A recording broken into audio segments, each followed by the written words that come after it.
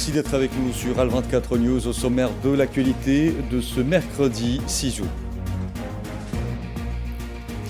Plus de 20 Palestiniens sont tombés en martyrs ce mercredi par des tirs des forces de l'entité sioniste dans la bande de Gaza, dont au moins 15 qui attendaient de recevoir des aides humanitaires au lendemain du renversement d'un camion chargé d'aide sur la foule ayant fait plus de 20 morts.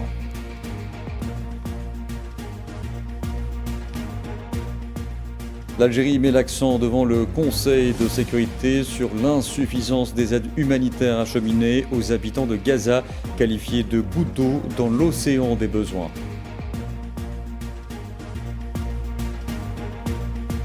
Face au pillage de ces ressources, la présidence du Sahara occidental annonce la création d'un groupe chargé du suivi des ressources naturelles et des questions juridiques connexes. Éclairage à suivre.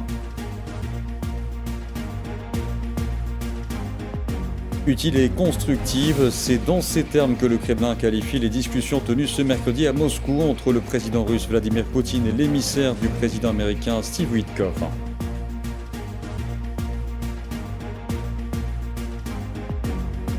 Bonsoir à tous. Plus de 20 Palestiniens sont tombés en martyrs ce mercredi par des tirs des forces de l'entité sioniste, dont au moins 15 qui attendaient de recevoir des aides humanitaires selon les autorités sanitaires palestiniennes. Les corps de 81 martyrs et 570 Palestiniens blessés sont arrivés dans les hôpitaux de Gaza au cours des dernières 24 heures. Et depuis le 7 octobre 2023, le bilan des victimes de ce génocide s'est alourdi à 61 158 martyrs et 151 442 blessés.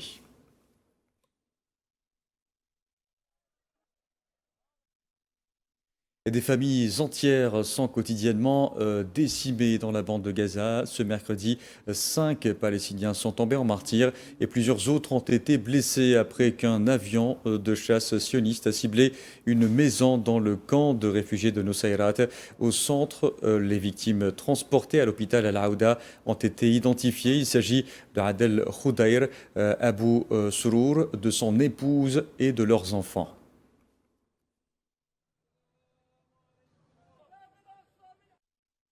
La famine continue en revanche de faire des victimes à Gaza et pousse de nombreux Palestiniens à braver la mort au quotidien pour obtenir des aides humanitaires. Plusieurs d'entre eux ont été blessés par une frappe de l'entité sioniste alors qu'ils attendaient de recevoir des aides à Gaza près d'un site de distribution.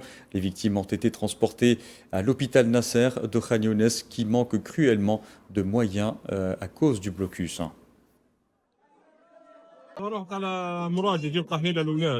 Je suis allée à Mouraj chercher de la farine pour les enfants. Je suis montée dans le camion d'aide, j'ai apporté un sac de farine et soudain ils ont tiré des obus, 7 personnes ont été blessées. Je suis arrivée à l'hôpital.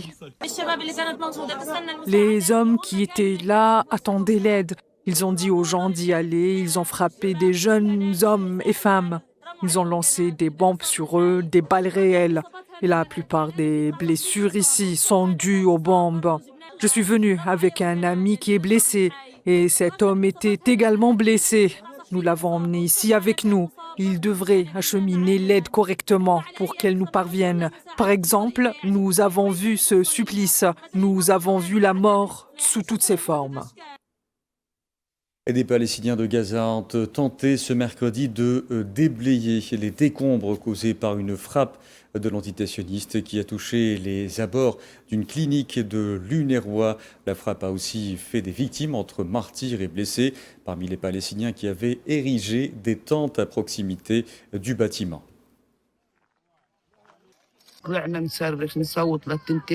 Nous sommes sortis en hurlant, nous sommes restés dans la rue jusqu'à 2 heures du matin et les enfants couraient nus. Ce n'est pas une vie, que veulent-ils de nous? Ça suffit. Nous demandons au monde entier de nous réconforter, d'arrêter ça, ça suffit. Ils nous ont assez fait. Où aller? Il y a eu une grève cette nuit.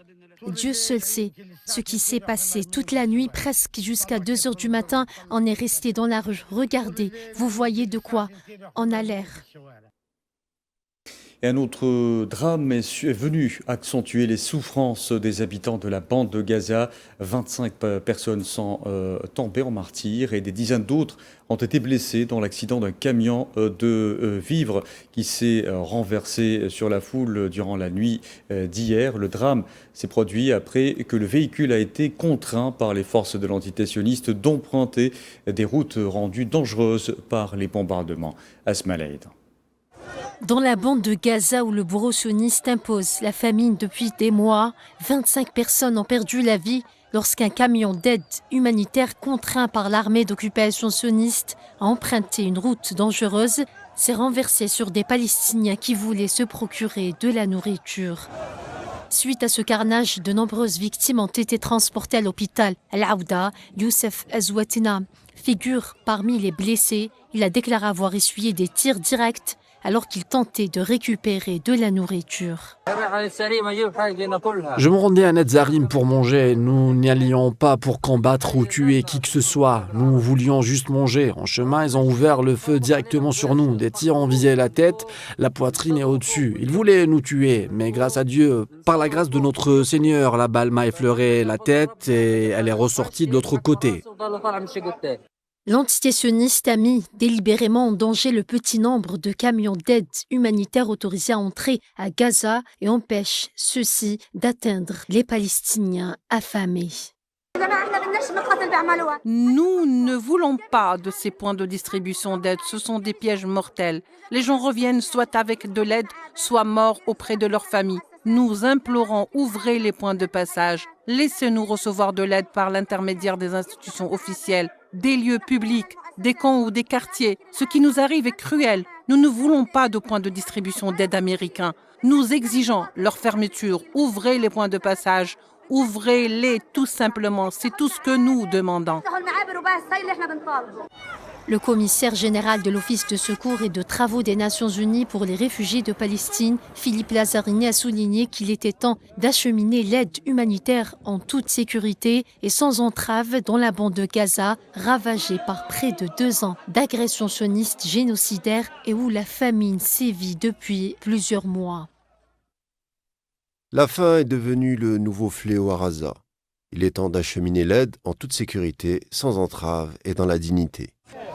Les tonnes de bombes larguées quotidiennement sur les civils de Gaza ne suffisent pas à atténuer la haine sioniste qui affame depuis plusieurs mois 2 millions de Palestiniens, dont des femmes et des enfants, piétinant sous les yeux d'une humanité choquée par tant de cruauté criminelle. Une vidéo filmée par la chaîne de télévision française M6 montrant une vue d'ensemble a révélé l'ampleur des destructions dans la bande de Gaza, comme vous pouvez le constater à travers ces images, après près de 2 ans d'agressions génocidaires rythmées par des bombardements aériens et terrestres quasi quotidiens.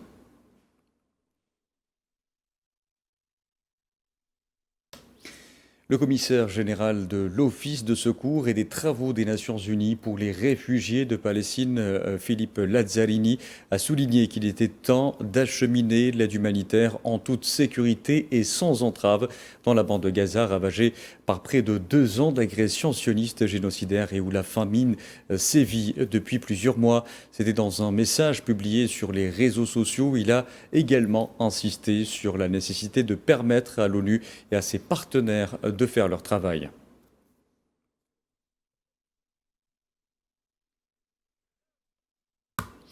Une goutte d'eau dans l'océan des besoins. C'est ainsi que le représentant permanent de l'Algérie auprès des Nations Unies, Amar Benjama, a qualifié depuis New York les aides acheminées vers Gaza, appelant à l'ouverture de tous les passages et routes pour garantir l'accès humanitaire. Benjama intervenait lors d'une réunion du Conseil de sécurité des Nations Unies consacrée à la situation au Moyen-Orient, y compris la question palestinienne. À la date d'hier, des sources crédibles. Selon ces sources, donc, à la date d'hier, quelques 180 personnes ont péri en raison de la faim. Parmi eux, 93 enfants. C'est la réalité. Elle ne peut être niée. Ces personnes ne sont pas des statistiques. Ce sont des personnes qui avaient des rêves, qui avaient des noms. Voilà leurs noms. Zainab Abou Halib, un bébé, décédé des suites de sa malnutrition. Misk Al-Madhoun, un enfant qui souffrait également de malnutrition. Razan Abou Zahir, qui est décédé de la faim. Monsieur le Président, plus de 61 000 Palestiniens ont déjà été tués. Depuis le mois de mars, plus de 1500 Palestiniens ont été tués alors qu'ils tentaient de récupérer de la nourriture. Et plus de 150 000 ont été blessés. Pour sa part, le représentant permanent adjoint de la Chine auprès des Nations Unies, Zheng Shuang, a mis en garde contre une éventuelle occupation sioniste de toute la bande de Gaza, appelant à l'instauration rapide d'un cessez-le-feu durable dans l'enclave palestinienne.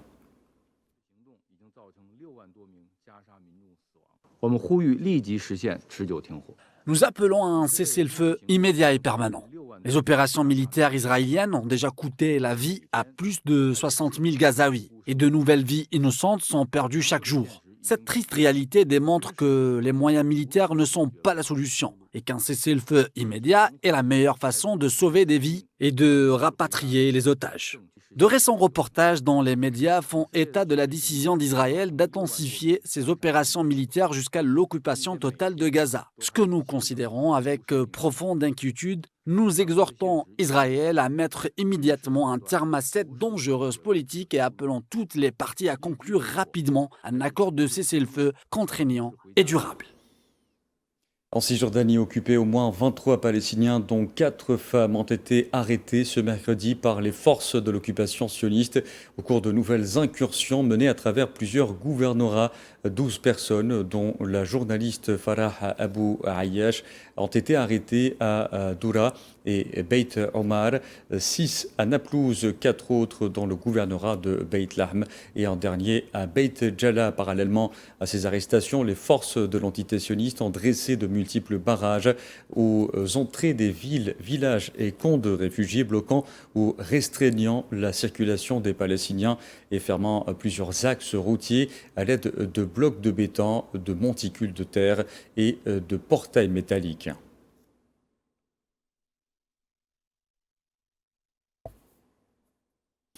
Dans l'actualité également, le secrétaire d'État algérien auprès du ministre des Affaires étrangères chargé de la communauté nationale à l'étranger, Sofiane Chayeb, a mis en avant depuis Avaza au Turkménistan les efforts consentis par l'Algérie dans ses espaces d'appartenance pour soutenir le pays, les pays en développement sans littoral d'Afrique dans leur processus de développement. Sofiane Chayeb intervenait lors des travaux de la 3e conférence des Nations Unies sur les pays en développement sans littoral.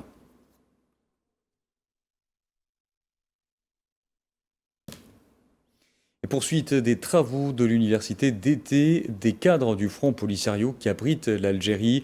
De nombreux intervenants y participent, à l'instar d'Oubi Bouchraya Bachir, représentant du Front Polisario en Suisse et auprès de l'ONU et des organisations internationales à Genève, qui étaient présents sur nos plateaux cet après-midi. Un groupe chargé du suivi des ressources naturelles et les questions juridiques connexes vient de voir le jour. Selon un décret de la présidence sahraoui, la création de cet instrument va-t-elle stopper le pillage des ressources du Sahara occidental? Une question posée justement à Oubi Bouchraya Bachir. Tout d'abord, je crois que lancer des actions judiciaires en faveur du peuple du Sahara occidental pour consacrer, pour consolider sa souveraineté sur ses ressources naturelles doit être faite dans un cadre de concertation avec le représentant légitime du peuple du Sahara occidental qui est le Front Polisario. Je crois que le centre en France est géré par des solidaires et notamment son président, et on est confiant parce que le résultat est là. Toutes les actions menées par le Front Polisario contre l'Union européenne Le résultat est là, les différentes décisions de la Cour de justice de l'Union européenne qui sont favorables à la cause sahraoui, qui ont consacré le fait que le Sahara occidental et le Maroc sont des territoires distincts et séparés. Ils ont consacré le droit à l'autodétermination du peuple du Sahara occidental comme étant la seule voie à régler d'une façon définitive et légale le conflit du Sahara occidental. Consacré aussi le fait que le Front Polisario est bel et bien le seul représentant légitime du peuple du Sahara occidental, ayant le statut juridique et la personnalité morale pour agir devant les instances européennes pour défendre les intérêts du peuple du Sahara occidental. Et dernièrement, le fait que la Cour de justice de l'Union européenne a appelé au consentement du peuple du Sahara occidental comme une précondition à tout accord qui inclut les ressources naturelles du Sahara occidental. Et toujours selon Obi Bouchraya Bachir, le Maroc tente de justifier par tous les moyens son occupation du Sahara occidental, notamment à travers des investissements étrangers illégaux. Il y a toute une longue liste, puisque le Maroc essaye d'enduire tout le monde en erreur. Il y a des sociétés européennes qui se présentent comme des cibles directes de l'action judiciaire du peuple du Sahara occidental, notamment Engie, l'entreprise de l'énergie, surtout renouvelable, qui opère sur place dans la ville de Dakhla, occupée de Dakhla. Il y a la société, les compagnies aériennes Ryanair et aussi Transavia qui commencent à opérer, contrairement aux différentes décisions de la Cour, à opérer à partir de Madrid et de Paris respectivement pour des vols à Dakhla qui sont dans le viseur de la justice. Et on agit bien sûr sur cette base solide, légale, mais en termes de priorité qui correspond à l'agenda et la feuille de route bien tracée par la direction politique du Front Polisario. L'actualité en Afrique, c'est aussi l'armée nigériane qui a annoncé avoir tué 17 terroristes de Boko Haram lors d'opérations menées dans les États de Borno et d'Adamawa, au nord-est du pays, où les troupes de la force opérationnelle conjointe du nord-est ont saisi plusieurs fusils d'assaut AK-47, une mitrailleuse PKT, de nombreux chargeurs AK-47 ainsi qu'un important stock de munitions de calibre 7,62 mm.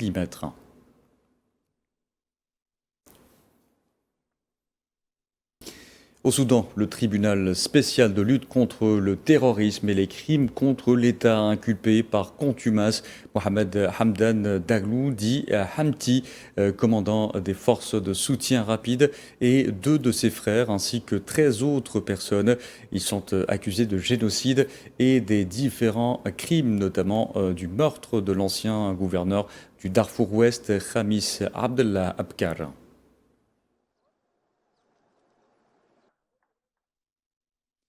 19 personnes ont trouvé la mort et 13 autres ont été blessées après le renversement d'un camion dans le district ougandais de Hoima à l'ouest.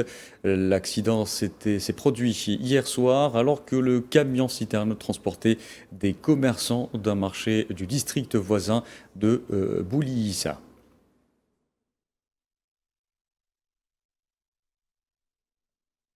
Un drame aérien est survenu au Ghana. Les ministres ghanéens et de la Défense et de l'Environnement sont morts dans un accident d'hélicoptère militaire ce mercredi dans la région d'Ashanti, au sud du pays. 3 autres responsables et 3 membres d'équipage de l'armée de l'air y ont également perdu la vie.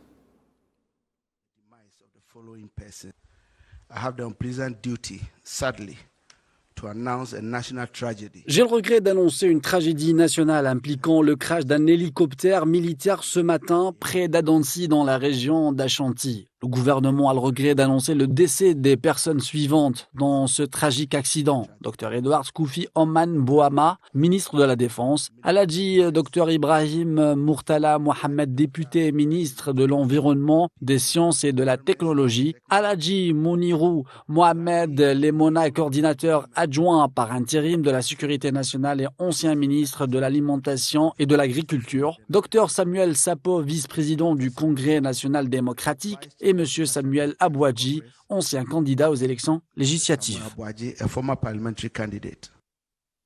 Utile et constructive, c'est dans ces termes que le Kremlin a qualifié les discussions tenues ce mercredi à Moscou entre le président russe Vladimir Poutine et l'émissaire du président américain Steve Witkoff. Une visite considérée comme celle de la dernière chance par Washington à seulement 2 jours de l'expiration de l'ultimatum posé par Donald Trump pour que la Russie arrête son offensive en Ukraine. Safouane Ben Sabri. La rencontre aura duré près de 3 heures entre Vladimir Poutine et l'émissaire de Donald Trump pour la Russie. Steve Witkoff est arrivé à Moscou mercredi pour une mission de la dernière chance pour tenter d'obtenir une percée diplomatique dans le conflit en Ukraine. La visite intervient 2 jours avant l'expiration du délai fixé par le président américain pour que la Russie accepte la paix ou des sanctions américaines. Witkoff a été accueilli par Kirill Dmitriev, envoyé spécial russe du président Vladimir Poutine. Les discussions entre le président russe et l'envoyé spécial américain ont été utiles et constructives, a déclaré le conseiller du Kremlin pour la politique étrangère, Yuri Ushakov. Ce fut une discussion très utile et constructive. Concernant les sujets abordés, il s'agissait tout d'abord de la crise ukrainienne. Le deuxième sujet concernait les perspectives de développement de la coopération stratégique entre les États-Unis et la Russie. De notre côté, notamment sur la question ukrainienne, des signaux ont été transmis. Des signaux correspondants ont également été reçus du président Trump. Le président américain a lui déclaré la veille qu'il prendrait une décision sur l'éventualité de sanctionner les pays qui achètent du pétrole russe, étendant ainsi les sanctions aux partenaires de Moscou. La rencontre intervient à un moment où les relations russo-américaines connaissent un pic de tension, avec le déploiement par Donald Trump de 2 sous-marins nucléaires, à la suite d'une escalade verbale avec l'ancien chef d'État russe, Dmitri Medvedev. Et pendant ce temps, à Washington, le secrétaire d'État américain Marco Rubio a déclaré qu'il espérait pouvoir faire des annonces plus tard dans la journée sur la question de savoir si les sanctions potentielles contre la Russie seraient toujours appliquées cette semaine.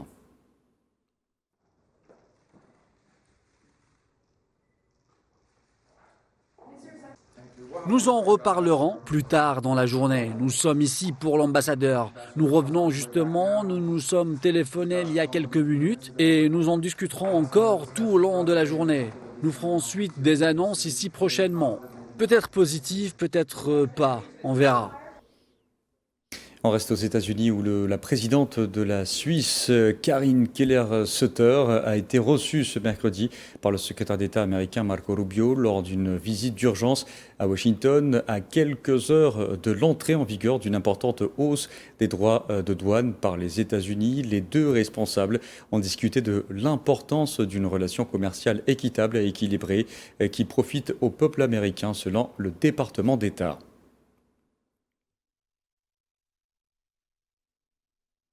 De son côté, le gouvernement sud-africain a annoncé l'élaboration d'une liste de mesures censées protéger les industries locales de l'impact de la hausse des tarifs douaniers de 30% imposés par les États-Unis sur presque toutes les exportations sud-africaines entrées en vigueur vendredi. Les États-Unis sont le 3e partenaire commercial de l'Afrique du Sud, l'Union européenne et la Chine étant le 1er et 2e partenaires commerciaux. Les États-Unis représentent 7,5% de nos exportations mondiales.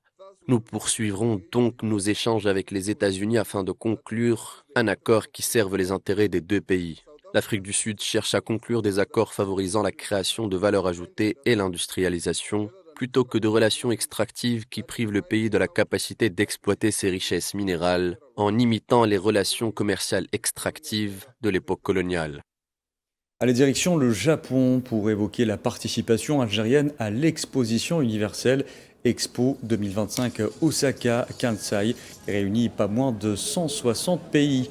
Le pavillon algérien continue d'attirer les visiteurs à travers Nour, un guide virtuel qui propose un voyage unique retraçant l'histoire riche de l'Algérie. Le pavillon algérien propose aussi une évasion musicale au grand bonheur d'un public japonais conquis, rencontré par notre envoyé spécial Belkis Khattash.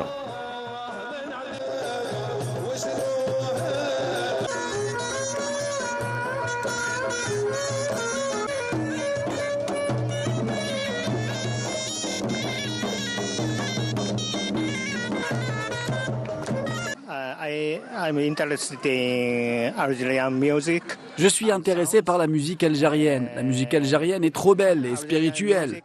On a essayé de jouer quelques notes pour faire découvrir nos traditions et coutumes, et aussi notre style vestimentaire et chant algérien. J'espère qu'on a honoré notre pays avec cette participation. Voilà, et on arrive à la fin de ce journal. Merci à vous de l'avoir suivi. Vous pouvez revoir ce programme sur le site Al24 News ou à travers nos différentes plateformes en scannant le QR code qui s'affiche en bas de votre écran. Excellente soirée à tous.